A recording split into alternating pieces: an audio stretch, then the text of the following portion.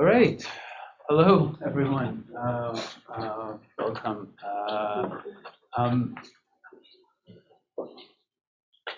my name is Raz Segal. I'm the director of the MA program in Holocaust and Genocide Studies here at Stockton. I'm also a core coordinator of the Refugee Studies Initiative here at Stockton, and we are together with the Sara and Sam Schoffer Holocaust Resource Center, thank you, Gail, co-sponsors of the UN exhibit After the End of the World, Displaced Persons at Displaced Persons Camps, which is now installed in the Richard E. Bjork Library here at Stockton. And it's a pleasure to moderate this panel on the exhibit. I'll introduce our speakers in a bit, but before that, I want to introduce our dean, Dr. Robert Gregg, professor of history here at Stockton, and dean of School of General Studies and Graduate Education, and also a scholar of the British Empire, American Studies, and African American Migration. So just a few words of welcome from Dean Gregg. Well, thanks everyone. We're honored to have this exhibit, of course, and to have such a distinguished panel of guests to speak. And so I don't want to say too much, but the title seems apposite, given that we seem to be living through the end of the world all the time. And just the exhibit speaks to some of the contemporary issues that we're facing on a daily basis. So it's really a moving exhibit and moving work that you're doing. So thanks very much. Okay, so I'll introduce all of the speakers, and then each of you will talk for 6, 7, 8 minutes, and we'll have some time for questions and discussion.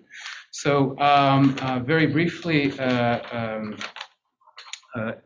a great honor to introduce you always. Dr. Debórah Dwork, my own doctoral advisor, founding director of the Center for the Study of the Holocaust, Genocide, and Crimes Against Humanity in the Graduate Center of CUNY, New York.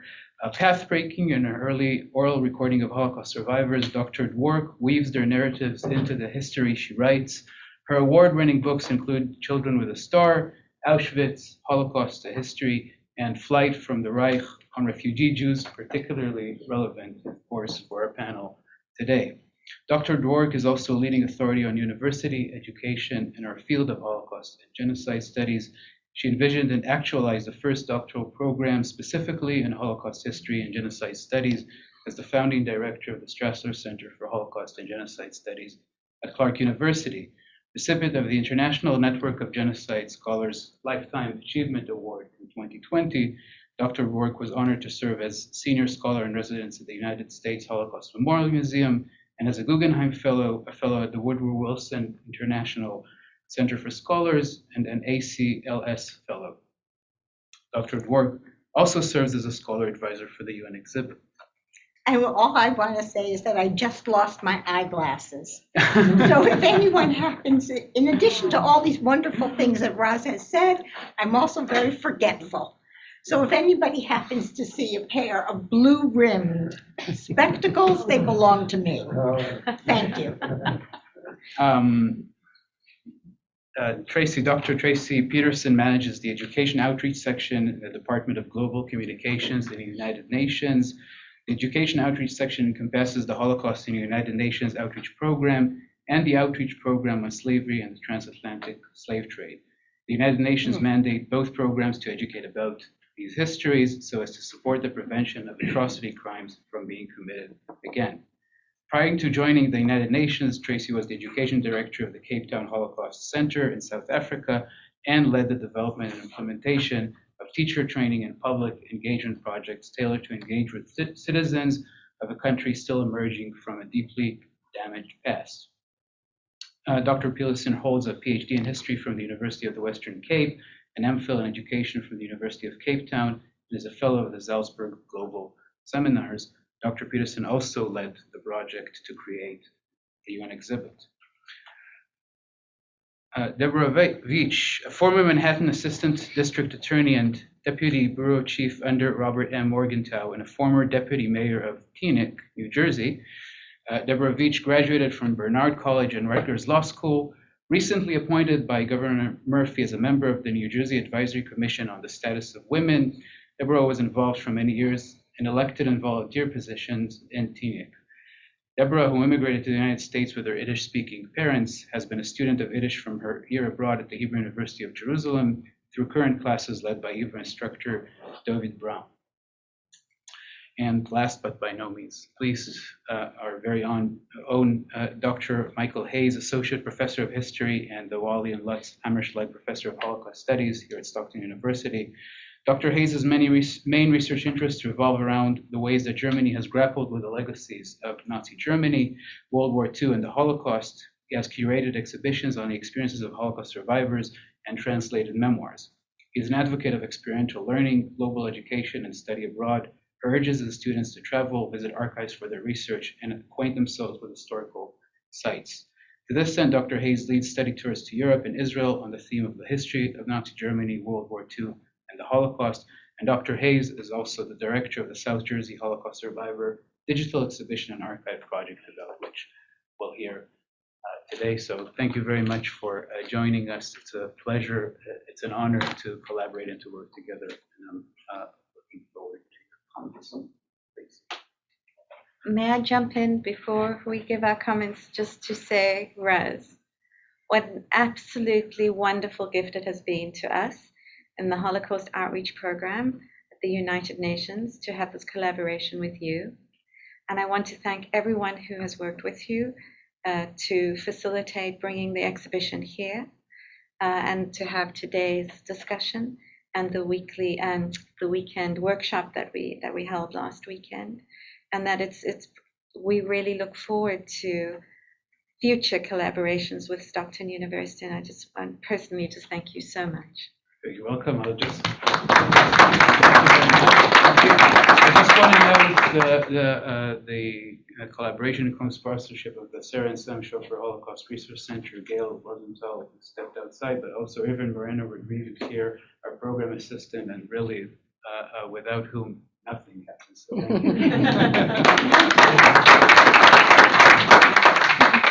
you. Please. Oh, shall I begin? So I will just talk very briefly about what it was that we were hoping to achieve with the exhibition and raise some questions, and then I will hand over to Debórah.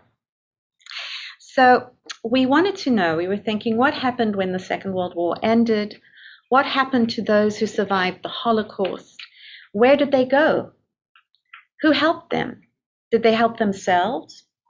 And the world leaders had turned their backs, sadly, as we know, by and large, on the plight of Jewish refugees seeking refuge before the Second World War began. And we wanted to know, did the world's leaders change their attitude when the war ended? And what implications does this part of the history hold for us today in a different world, in a different century? So those were some of the questions that we were considering in 2019 when we first began to think about an exhibition. And when I say we, let me explain very quickly. As Raz has very kindly introduced, we work at we being myself, my colleague Olga Yatskovich sitting at the back there, and my colleague Bo Lee. The three of us make up the team that is the Holocaust and the United Nations Outreach Program.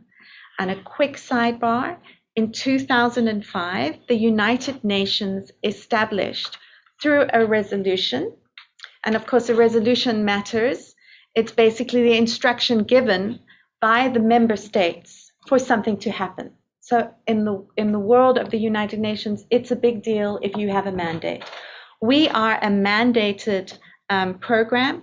We were established by the United Nations to bring awareness, draw awareness to the history of the Holocaust, and also to support commemoration of the Holocaust with the express intention to facilitate and to help the prevention of future genocides. By the way, the same mandate that established our program designated the 27th of January as the International Day of Commemoration in memory of the victims of the Holocaust. So that was back in 2005. Fast forward to 2019, and we have a number of programs, we have a number of, activities, we have a number of, we work very closely with information centers, United Nations information centers that are around the world. We give them support through seed money to help them with their commemoration programs and with educational programs.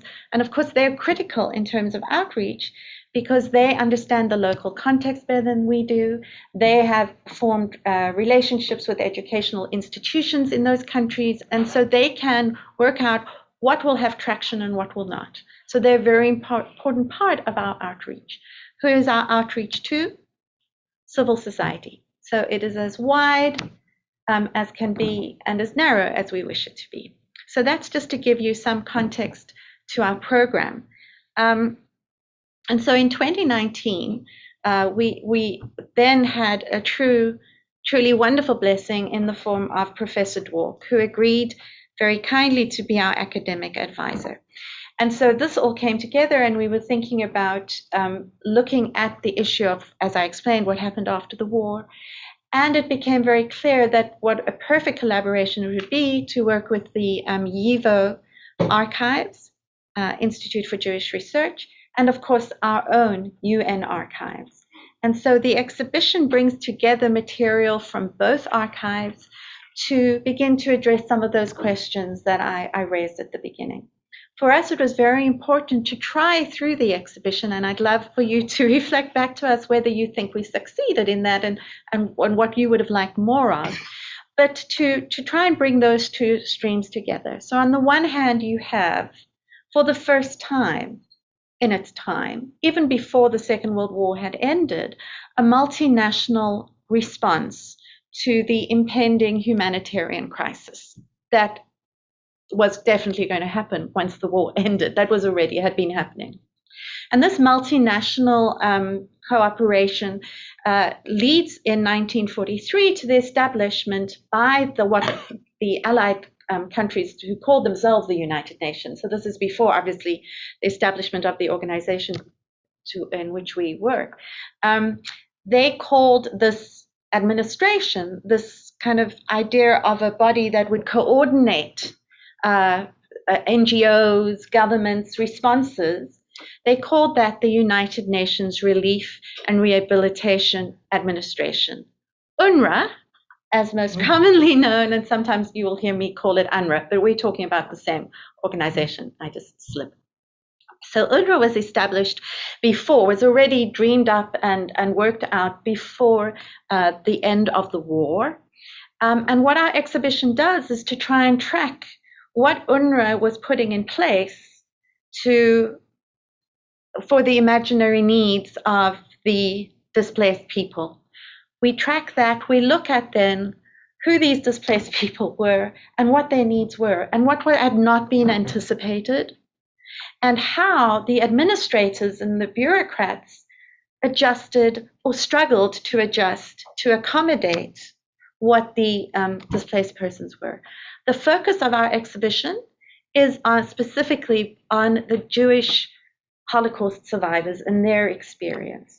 And those of you who've been through the exhibition will know that there is a critical moment when there is an understanding quite early on that the response had to be nuanced to manage and help those survivors of the Holocaust, that what Jewish survivors had gone through was something that hadn't been quite anticipated or understood. And so our exhibition focuses on that group of displaced persons, refugees. The exhibition also raises some of the questions. Who was a refugee? Who was regarded as a refugee? Who was regarded as deserving of assistance? And how that definition began to change. Initially, it was not there to support. The idea was that there would be these refugees. I'm simplifying horribly now. There would be this huge group of refugees, and once they were kind of vaguely healthy and back on their feet, then the administration would repatriate them, get them back to their homes. What they had not anticipated was particularly for the experience of the Jewish refugees, was that, or displaced persons, was that that was a very complicated thing, where home was. And that for some, going home meant discovering that there was no building left, number one, there was no physical remnant of home there, or if home was there, they were met with anti-Semitism, were not welcome back. Sadly, that was the experience for many of those survivors. And of course, the other element was that the people who made home were no longer there. And so for those people who stayed in the displaced persons camps, then went home, they returned. So the administration had to deal with the idea that, in fact, some of the people are going to be returnees. Some of the people who are going to be coming back into these, or coming to these displaced persons camps, were in fact coming from the East, where they had managed to survive the war by various reasons, but being in the East and then coming back. So the exhibition had to deal with these changing dynamics all the time. So on the one hand, we have archival we have the reports, we have the somewhat, if you look at them, they look so dry, but in fact, when you begin to read, you can hear the heartbeat and the passion of some of the administrators. We have that on the one side. How do we accommodate, we've got to change this rule. This rule doesn't make sense anymore. If our whole thing is to identify, we have to have a different way of doing it, for example. On the other hand, of course, not on the other hand, and we have at the same time the experiences of those people who had survived. What were they hoping to do? What were their priorities? How were they navigating this new world? What were their stories? And so it was really important to us when we were developing the exhibition to try and challenge the notion of helpless displaced victims. And so that is why we've included, for example, archival material that YIVO could give us.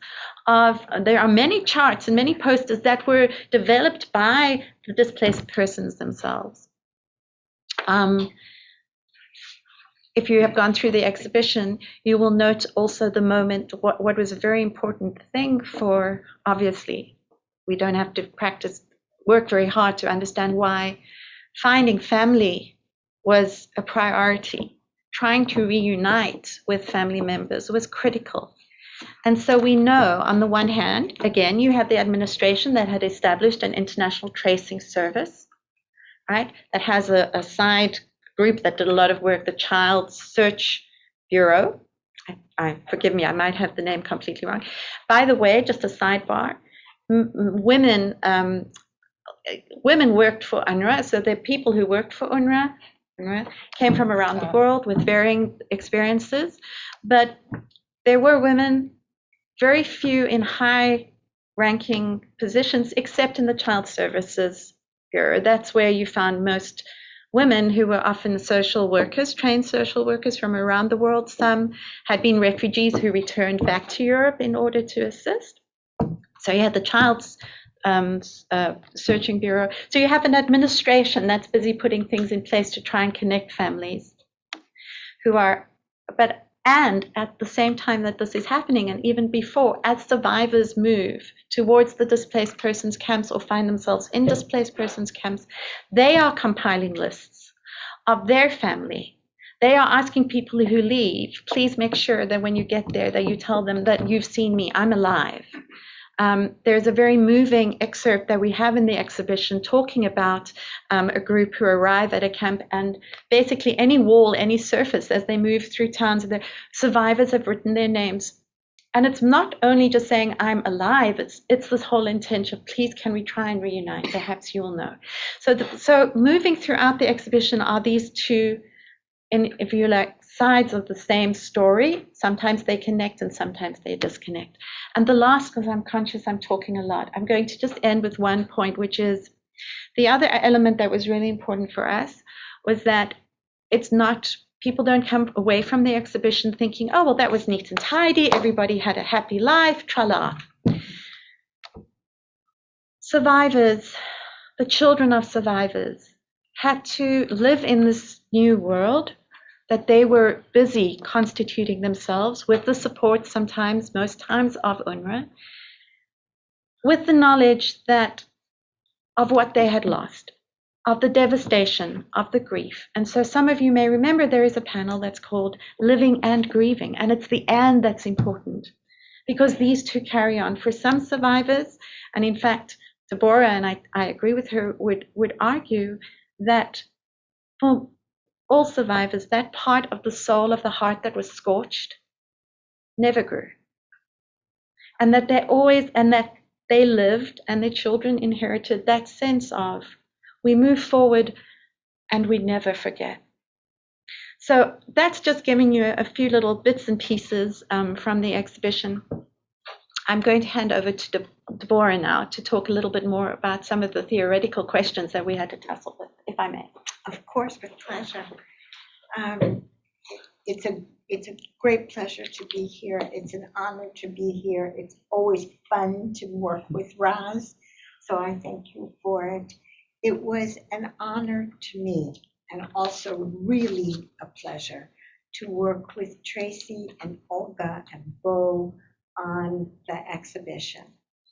And what I would like to use these next few minutes to dig a little into the kinds of discussions we had, the kinds of problems we faced.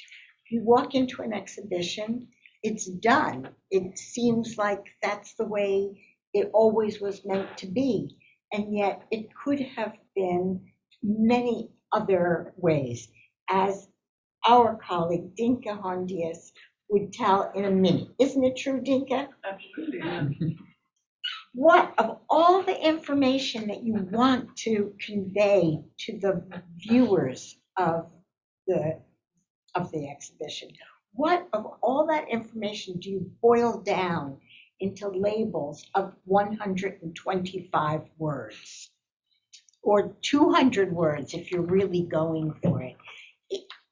It takes, I think, the most courageous work that I've ever done as a historian was work together with Tracey on this exhibition, boiling down to these 125 word labels. So that's the first thing. How do you do that? What do you choose?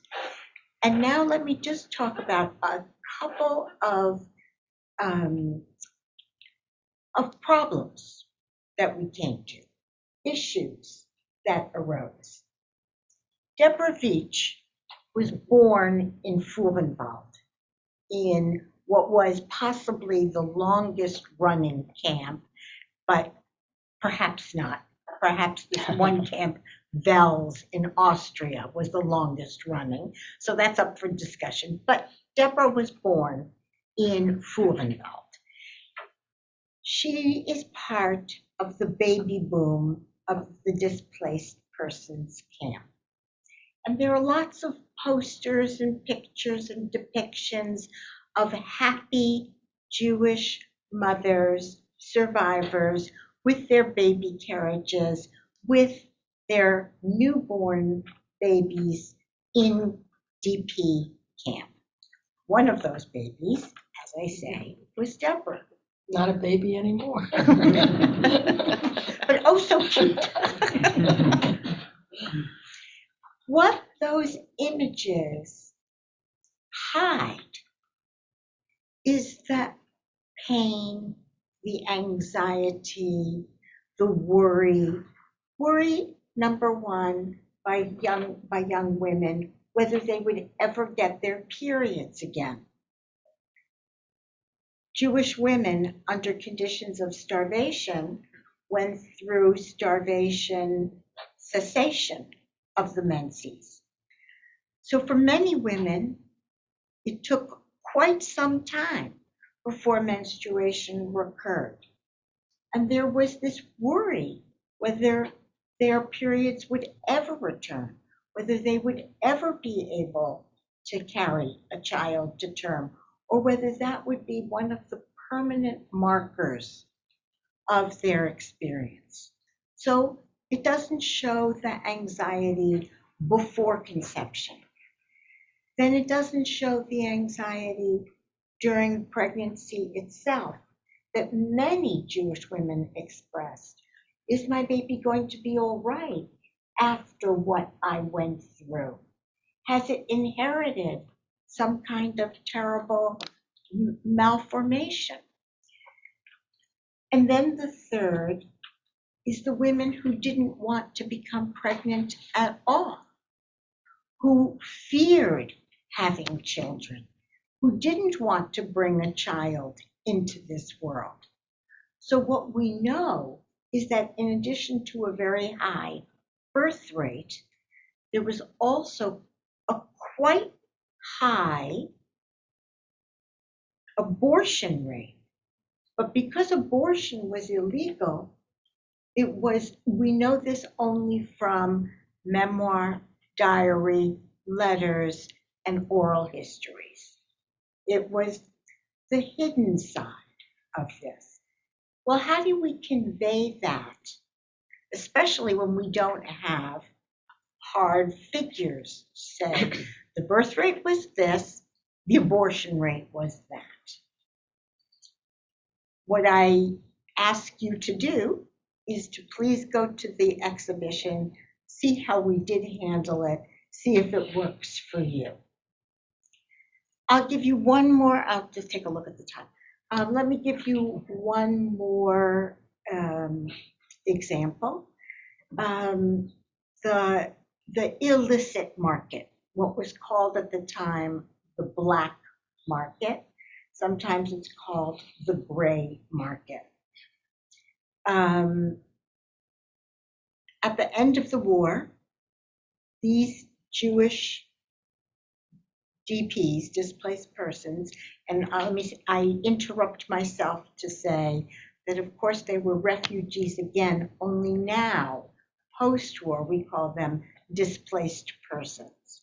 So the survivors of the Holocaust, no matter how they had survived, whether it was those who had fled deep into Asiatic Russia, whether it was those who had survived in hiding, whether it was those who had survived annihilation camps, forced labor, slave labor, all of them suffered malnutrition, a number of illnesses, but also severe malnutrition. In displaced persons camps, they got a set caloric value of food each day. Initially, 1,600 calories per day, which, as you know, is less than the healthy body needs to continue in a healthy way. And it was raised in September actually, of 1945 to 2,500 calories per day. Still slightly below what a healthy body needs to continue to function normally. But these Jewish DPs did not have healthy bodies. They had emaciated, malnourished, and often ill, lingering illnesses bodies. They needed more calories than they were allowed to get officially. In such a situation, of course, they turned to what was then illegal trading, the black market. Among their rations, for example, were cigarettes. Cigarettes turned out to be the most stable form of currency. And with cigarettes, they could buy other food. Now remember that the context of this situation, DP camps upon which we were focusing for this exhibition were in Germany proper.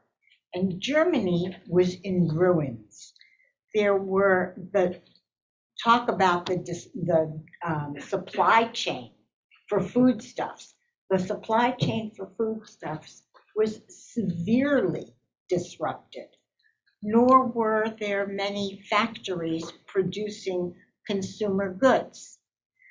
So many things like pots, pans, towels, sheets, things that people use in daily life were not available, were not readily available, and could only be purchased on the black market, mostly through cigarette exchange, but also exchange of other goods. So it fell to us to figure out, how are we going to deal with the black market? And to what extent should we take current anti-Semitism, the spike in anti-Semitism? Should we think about that? Is it smart? Is it wise? Is it prudent to talk about Jews doing illegal trades, engaging in the black market in this exhibition? And I tell you, you may very well say that I was not very brave, but I took the decision, and I suggested to Tracey, and Tracey accepted, that we step away, that we just don't deal with the black market, that we don't associate Jews with illegal, clandestine, illicit trading, that this was not a prudent thing to do. Let me stop there. Oh, definitely I should stop there. But as you can tell, it's always, in every one of these cases, it's a question of judgment. There's no monopoly board that says, this is the way you go forward, and if you pass go, you get $200. You have to figure out the route yourself. And I ask you to take a look at I really ask you to take a look at the exhibition, see what's there, think about what isn't there, and give us your very prized feedback on the decisions we took. Thank you.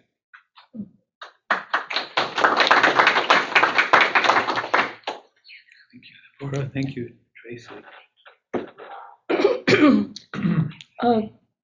Good morning. My name is Deborah Veach, and first of all, I'm the only non-PhD at this table, so I'm very honored to be here with Dr. Segal, Dr. Gregg, Dr. Dwork, Dr. Petersen, and Dr. Hayse.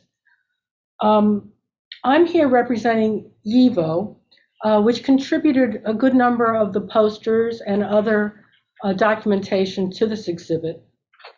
And I'm here because basically our executive director, Jonathan Brent, as well as his chief of staff and our archivist and our director of communications are in Europe right now. They were at the Oxford Literary Festival and made a presentation with the Bodleian Library in Oxford, which is a great honor for YIVO. And also they are now in Vilnius, formerly known as Vilna in Poland, filming a segment for 60 Minutes, which is doing a piece on the Lithuanian records that YIVO has kept and is digitized with the Lithuanian connection. Now, as I said, I'm not an academic, so I learned a lot from Dr. Dwork and Dr. Petersen.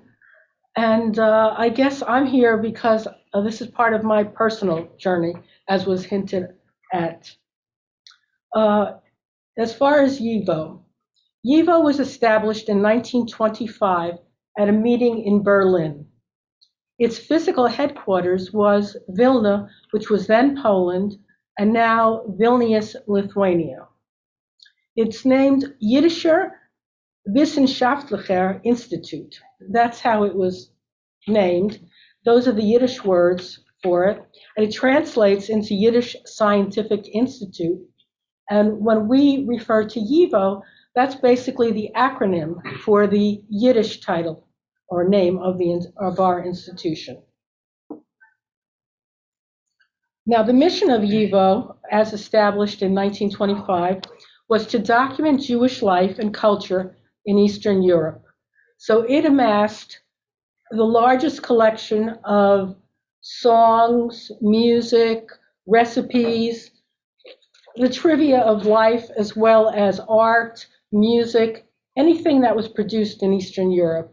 A great Yiddish literature, everything that was produced there, photographs, it was archived at YIVO. In 1940, YIVO relocated to New York City. In 1941, the Germans took over YIVO, and they had Jewish conscripts box up the YIVO collection, having the Jewish conscripts sort what they thought was important, so that the documents that they kept for Germany would be used for a museum of an extinct peoples. Well, the people who were doing this sorting saw the value of what they were sorting through and hid a lot of the documents and gave the Germans what they wanted, but kept a significant portion hidden from the Germans. By the way, YIVO is the only institution of its kind to have survived World War II. At some point, documents were found in the American zone, and those documents were shipped to the new location in New York, where not only had they moved, but they changed their name to the Institute for Jewish Research. So YIVO now is known as YIVO with the Yiddish acronym, with its new name, Institute for Jewish Research. Up until now, the documents and the archives have been split in two, half being in New York and the other half being kept by the Lithuanian authorities. They found a cache of documents that belonged to YIVO, and to be honest, they refused to return them to YIVO and kept them and made it part of their library system. How did the DP records get to YIVO? The DP records were gathered as a result of a wide collection project that was begun by YIVO in Europe in 1945. They made a concerted effort to collect these documents. And the aim of the project was to locate and collect archival materials about the Holocaust and the post-war years of Jewish revival in war-ravaged Europe. The history of the Jewish displaced persons figured prominently in this project. In the beginning, YIVO issued appeals to the displaced persons in the camps and centers and organized voluntary committees of YIVO friends to stimulate the gathering of relevant materials. In 1948, a special YIVO representative was appointed to direct the collection activities and secure for YIVO the records of the DP institutions. Between the years 1948 and 1952, they arranged to transfer to YIVO the bulk of the DP records from Germany, a total of 603 parcels containing documents, microfilms, and books, and they were all sent to the New York location. The DP records at YIVO now are one of the most requested archives that they have. They have many things, but most people that go there seem to be interested in these particular materials. And the YIVO materials that are here that you see are a small fraction of their YIVO materials on displaced persons. Now, I said earlier that I'm here probably because I'm on a personal journey, and I have to agree with Dr. Petersen that the Holocaust survivors did not go on to a happy life or a tra-la-la kind of life. My parents were Holocaust survivors, and excuse me.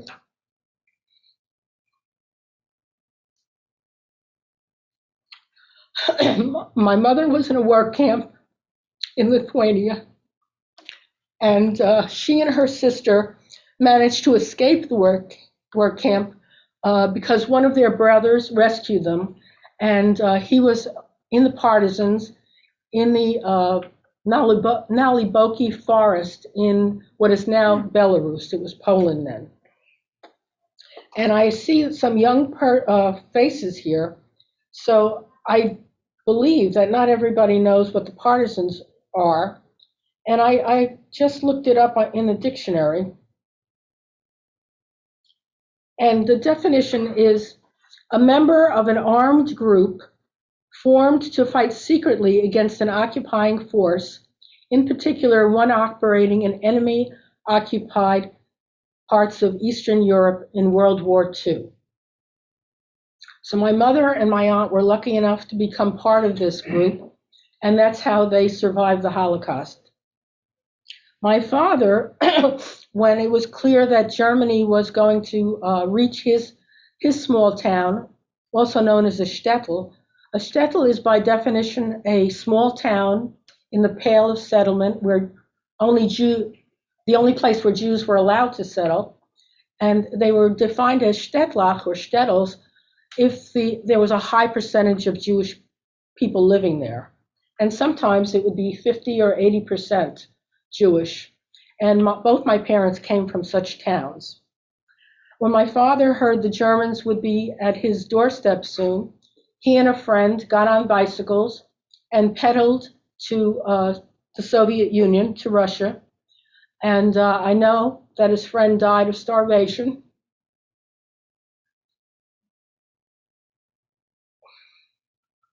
And he managed to continue and wound up in a Siberian work camp. After the war was over, they each separately, they didn't know each other, they each separately made their ways back. My father returned to his hometown, and there he found a family that he knew living in his house. He knocked on the door, and it was clear that they were not going to leave his house. And the woman had a note that my father's mother had left. And in this note was a detailed list of all her property that she was leaving and with which neighbor she had left each thing, each item. And these were not rich people by any means.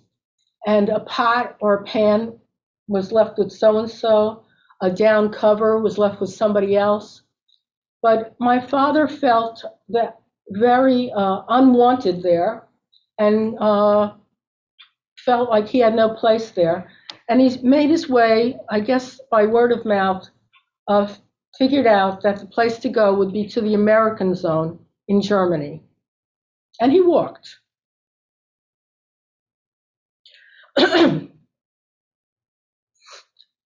My mother actually, by coincidence, went to, after the war, went with her sister to my father's town. Her town had been burned down by the partisans in revenge for what had happened to the Jewish population. It had been a mostly Jewish shtetl, and the partisans, who were in the nearby forest, burned down all the Jewish homes so that they couldn't be taken over. So she knew she had no place to go, and she knew that her family was gone. I shouldn't say gone, I would say killed in what is known as the Holocaust by bullets. So there is no grave, there is no cemetery, there's really no place to mourn. My father was in one DP camp, my mother was in another coincidence. My mother's cousin was in the same DP camp, displaced persons camp, as my father. She introduced my mother and my father. My father moved to my mother's displaced persons camp, Fehrenwald, as you said. And I was born at some point after they were married. Now, it can sound like a nice ending to a good story, but it's strange to have been born as a stateless person, a displaced person, a refugee. It's as if you don't know where you belong. And in fact, you belong nowhere. You have no papers. You have no place to go. And the bottom line is no country wants you. That always was in the back of my mind. And finally, at the age of 69, I went back to where Fehrenwald was. And Fehrenwald means pine tree forest. And it was 40 miles from Munich, south of Munich. And the camp itself was built in 1939 as housing for employees of a private German munitions factory. During the war, this housing was used for slave laborers, again, as a munitions factory. In 1945, it became a displaced persons camp for Jews and non-Jews. And as you mentioned, I think it was President Eisenhower saw that this was not a good idea because the Jews, they had the camps divided with like all the people from Poland. So all the Polish non-Jews and all the Polish Jews were together. And Jews would find themselves with the non-Jews who had tortured them, basically, and killed them, and killed their families. So Jews and non-Jews were separated for that reason. And the camp was operated by UNRWA. And I've always heard the words UNRWA because we had in our home a blanket that was given to my parents by UNRWA. My father had a sweater that was given to them by the Joint Distribution Committee. There was something from Hayse. Everybody was trying to help these people. And the Jews, quite frankly, were the worst off because they had lost everybody. They had no place to go. They had no parents. They had some of them, and my uncle was one of them, had lost a wife and 2 children. So starting all over again was very difficult, but many obviously did. At the displaced persons camp, I know that there was vocational training. My aunt learned how to use a sewing machine, and in the exhibit I saw a photo of the orts giving lessons to women on how to use sewing machines. And that stood her in good stead because when she came to the United States, she worked in a factory and was a sewing machine operator. And her husband, my uncle, and my father wound up in the same factory. My father fixed sewing machines, and my uncle worked as a tool die maker. And quite frankly, I don't know what that is, but that's what I did. That's what he did, rather. And I didn't look at the clock. I'm guessing I'm going over soon. Okay, 1950, my family left. No, I'm almost done. I know what I wanted to say. In 1950, my family left. 1951, the West German government took over. In 1956, this same camp came under the auspices of the Catholic Church, and it became housing for German families from Eastern Europe. 1957, it closed when the last displaced persons left. And when I went back in 2018, this was a beautiful suburb, beautiful. We had the fragrance of pine trees. They changed the name. It was no longer Fehrenwald, it was now Waldram. All the street names were changed, so I couldn't find the street my parents had lived on. And what struck me the most was the smell of the pine trees, which I assume you have here during the spring and summer, since you're in the middle of the pine barrens. And in 2018, there was only the smell of the pine trees that I could feel my parents through. The reason my husband and I, who's here filming everything, and my sister and her husband and our one son came because there was a dedication at Fehrenwald where they rehabbed one building, the men's bathhouse, and made it into a museum. And this was with local dissatisfaction. The locals did not want this remnant of the DP camp in their midst. This was a beautiful German suburb, and they wanted no remembrance of what it had been. So when we were there, we celebrated the bathhouse, the bathhouse, and I felt like, oh, the other thing we did was go to the records department in Waldram, and I saw the written record of my birth, and I felt like that was worth it. I actually saw the confirmation that I was born there, and it took me 69 years, but I did do that. That's my story, and I'm sticking to it. And if anybody is interested in YIVO or learning more about YIVO or visiting YIVO, I'd be happy to help you do that. Thank you.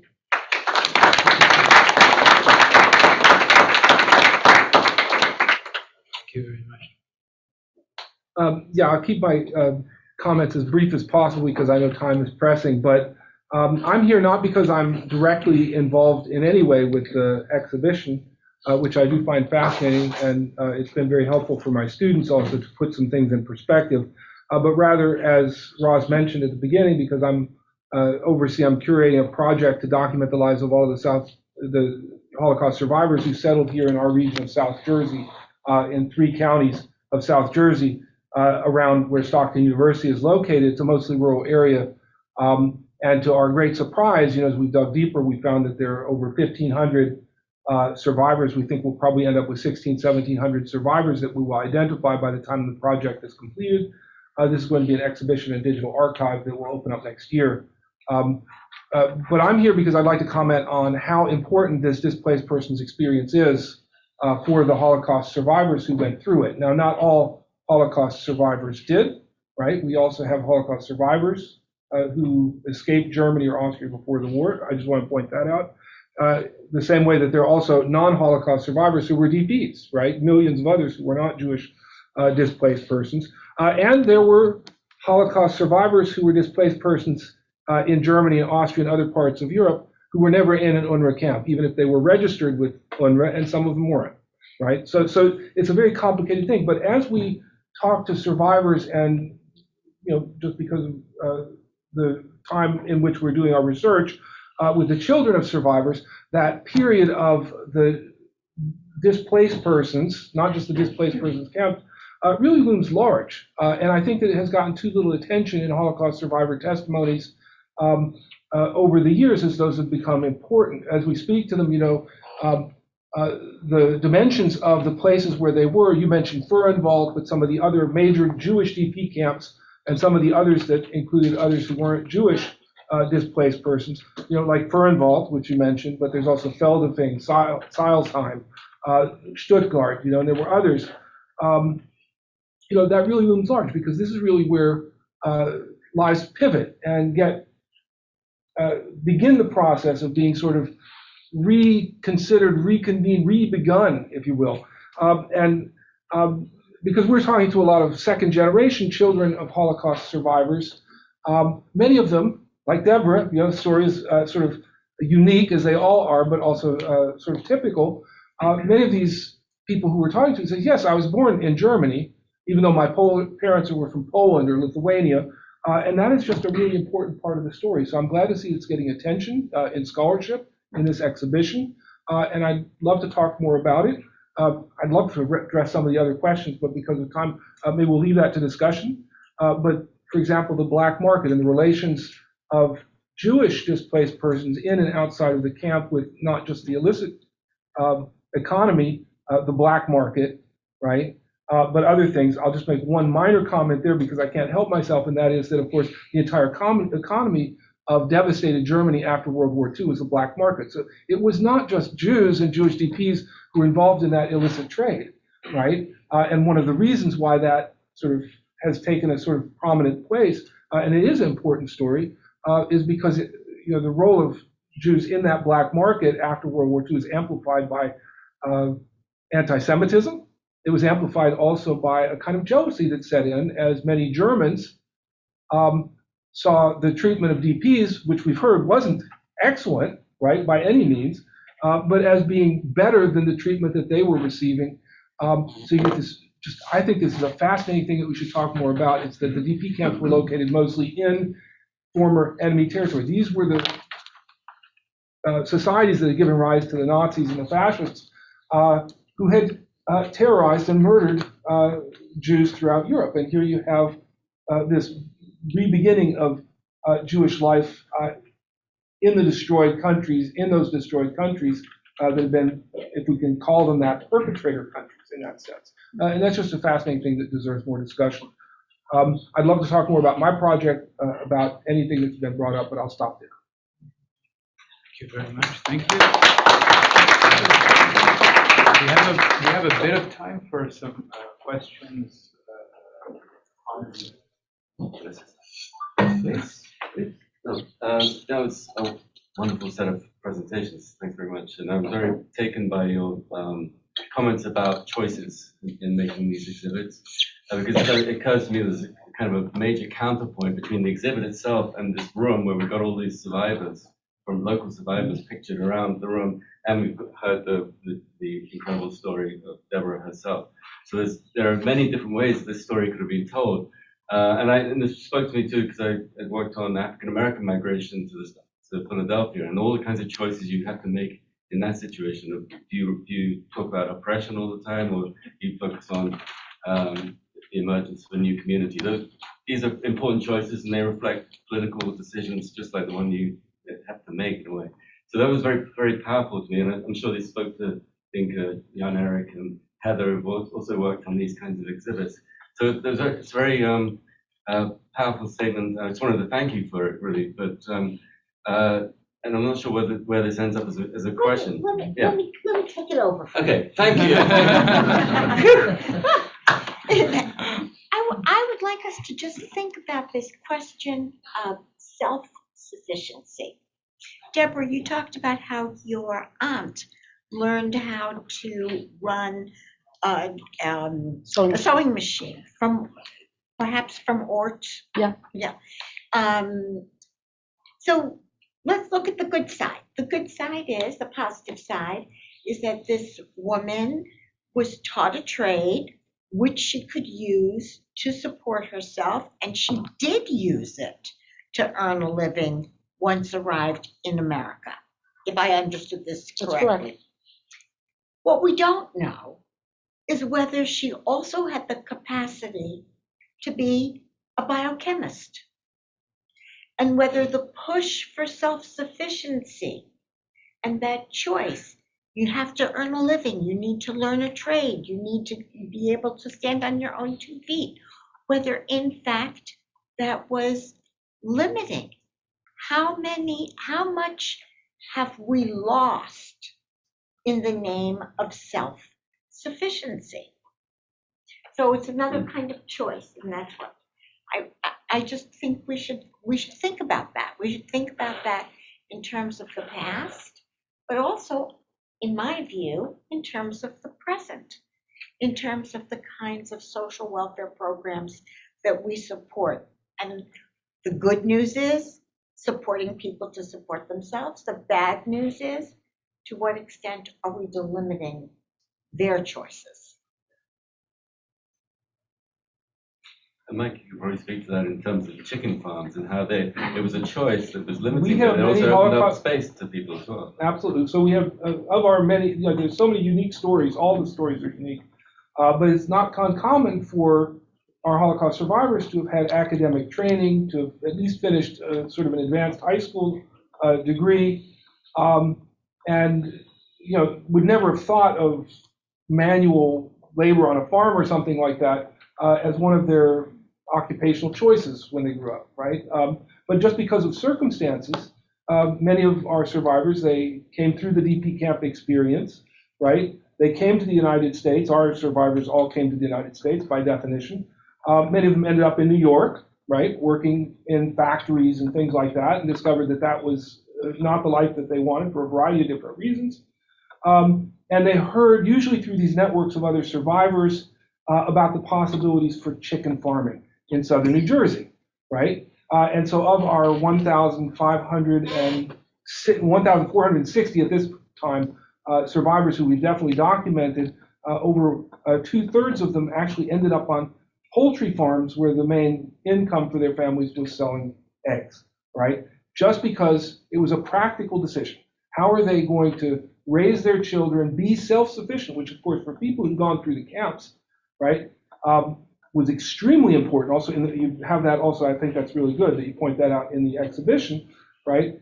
It's that idea of independence and self-sufficiency, right? Not being sort of dependent and controlled was really important. And so on these chicken farms, which was not an easy life, they restart again.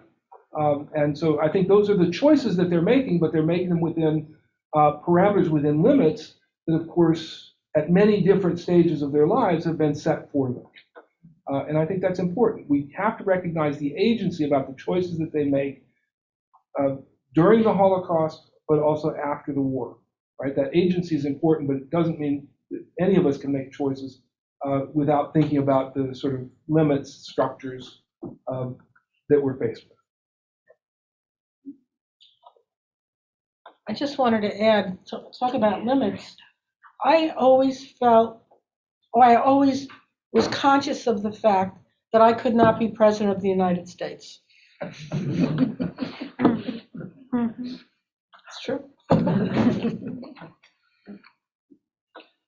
want to thank you very much for a fantastic panel. I'm so thrilled that I can be here. One of my first books was called Return, Holocaust Survivors and Dutch Anti-Semitism. And this panel takes me back to that research. And I want to ask you, since you are now diving into these fantastic records and archives, when I look at this period around 1945 now, I see that we have lumped together all Holocaust survivors as sort of one group. But they were not. There were different experiences and I'm now looking at survivors of hiding. And was there at any moment in your research so far, can you see that survivors of hiding, were they treated differently? We now see that there was a kind of hierarchy between people who had been in extermination camps and people who had been in hiding. Have you come across this at all? So, sorry, I'll start, and I know that Deborah will add, but in terms of how the administration saw them, so the people who appeared from hiding and came to the American zone or whatever, made their way there, were not who had been envisaged as being the people in need. So it was less that they were, I can't say that I've read where they have been considered having suffered less, just that they were, so they became part of the group that were called the infiltrees, which was a self-name. I've been trying to see if it had, like if it were used negatively, but it was more an administration problem insofar as now these people are arriving, we haven't anticipated that they would arrive. They don't necessarily come from where we thought they would come. So there was that approach. In terms of a hierarchy amongst my knowledge and what I've read, amongst survivors understanding themselves as a group, that's where I have read, about, and I've heard survivors talk about, have you, even those who have been themselves hidden, didn't always see themselves as Holocaust survivors, So I think definitely there was that sense amongst even survivors that of some kind of greater suffering if you'd endured the camps. But I think that is changing the more we understand, the more we learn about the history. But now I'm going to hand over to Deborah. So the hierarchy of suffering among Holocaust survivors, but that certainly changed. There was a pivotal moment about 20 years ago. So with camp survivors considered those who were the true survivors who really experienced the Holocaust, and then and then people who were in hiding, and then children whose experiences were relegated, marginalized completely. Oh, you didn't suffer, you were a child, you didn't even recognize what was going on. Obviously not my sentiments, I'm paraphrasing. And as I say, about actually 30 years ago now, with the Hidden Child Conference, that was a real pivotal moment when those prejudices and those stereotypes were re-examined and upended. Does that resonate with you, Dinka? Absolutely, yes. I'm looking at the records of the Hidden Child Foundation now, and you were in there. You were there at the first conferences. I was. This is back in our early days when Dinka wrote Terugkeer, the homecoming, which she just mentioned like that, but which was also a pivotal moment in our understanding. Your book was pivotal to our understanding of the return. So I thank you for it, even now, decades later. Thanks. I think you had a question? Oh, no.